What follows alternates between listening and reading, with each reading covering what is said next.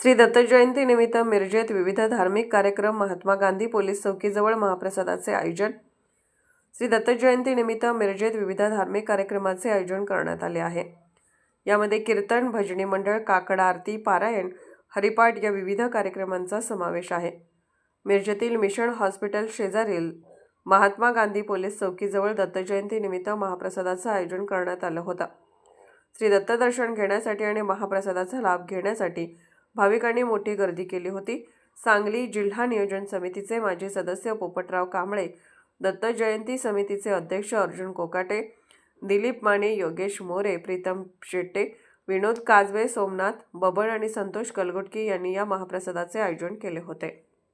या ठिकाणी श्री दत्त जयंती साजरी करत असताना सालाबादप्रमाणे ह्याही वर्षी आम्ही मोठ्या वाजागाजामध्ये अन्नदानाचा कार्यक्रम आयोजित केलेला आहे।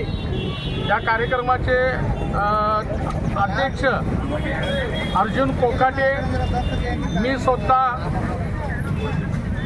दिलीप माने, योगेश मोरे, प्रीतम शेट्टे, सोमनाथ बबन, संतोष कलगुडकी, विनोद काजवे हे सर्व आम्ही पदाधिकारी एक मनानं दत्त जयंती साजरी करत आलेलो आहे आणि करत राहणार।